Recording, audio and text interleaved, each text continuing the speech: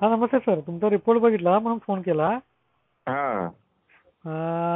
बोला सर, आता हा तुमचा जो फास्टिंगचा रिपोर्ट आहे तो आता 84.4 आहे बरोबर. हो हो आणि तुमचा जो पीपीचा रिपोर्ट आहे तो 131.8 आहे हो. बरोबर. आणि आपलं जे बरोबर. तुम्ही काय अँटॉक्स डी आणि अँटॉक्स टी हे कधीपासून घ्यायला चालू केलं सर? आपण ते जवळजवळ दीड महिना झालं. 1.5 महिना झालं बरं. आणि 1.5 महिन्याच्या आधी तुमची फास्टिंग किती, पीपी किती असायची सर? पहिले होती 242. 242 ही काय पीपी होती?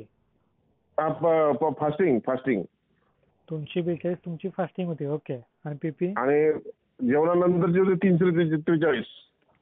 किती? 343.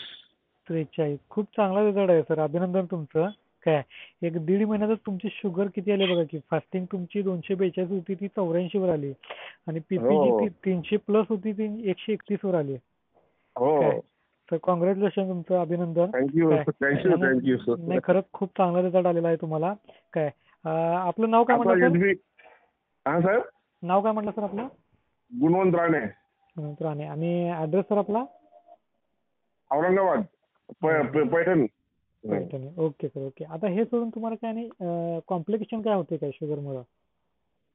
कॉम्प्लिकेशन सध्या तर तसं काही नाहीये. हा फक्त ते पायाला जे थोडं मुंग्या यायचे ना, हा हा ते पहिले थोडं जास्त होतं, आता हलका हलका वाटतं थोडंसं. थोडं आहे अजून मुंग्या, पण थोडं कमी आहेत. कमी आहे, कमी आहे. चांगले, म्हणजे ते पण हळूहळू जे राहिले ते पण तुमचं कमी होऊन जाईल त्यामध्ये. हो हो. चांगली गोष्ट आहे सर, चांगली. आणि एचबीएनसी रिपोर्ट सर? एसबीएनसी रिपोर्ट 3 दिवस लागतील अजून.